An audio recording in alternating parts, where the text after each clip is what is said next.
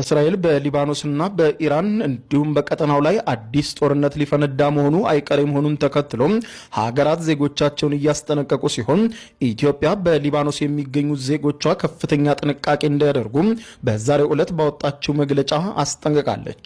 ቢቢሲ ደግሞ የጦርነት ቋፍ ውስጥ በገባቸው ሊባኖስ ውስጥ የሚኖሩ ኢትዮጵያውያን ለመሆኑ እንዴት ናቸው ሲል በዛሬው ዕለት በፊት ለፊት ገጹ በሊባኖስ ቤሩት ውስጥ የሚገኙ ኢትዮጵያውያንን ደህንነት በተመለከተ ኢትዮጵያውያንን አናግሮ ሰፊ ዘገባ ይዞ ወጥቷል።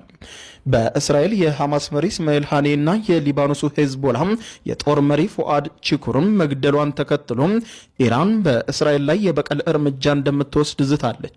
የኢራንን ዛቻ ተከትሎ በመካከለኛው ምስራቅ ጦርነት ለመቀስቀስ አሁን ላይ ሁኔታዎች ሁሉ ወደ ተሟላ ጦርነት መንገድ እያመሩ መሆኑን ተከትሎ በርካቶች ስጋት ላይ ወድቀዋል። የኢትዮጵያ የቆንስላ ጀነራል ጽሕፈት ቤት ባወጣው አስቸኳይ መግለጫም በሊባኖስና በቀጠናው ያለው ወቅታዊ የጸጥታ ስጋትና ውጥረት ከጊዜ ወደ ጊዜ እየከፋ መምጣቱን አስታውቆ ቆንስላ ጀነራል ጽሕፈት ቤቱ በሊባኖስ የሚገኙ ኢትዮጵያውያን ደህንነትን ለማስጠበቅ ከውጭ ጉዳይ ሚኒስትር ጋር በመሆን በትኩረት እየተከታተልኩ ነው ብሏል።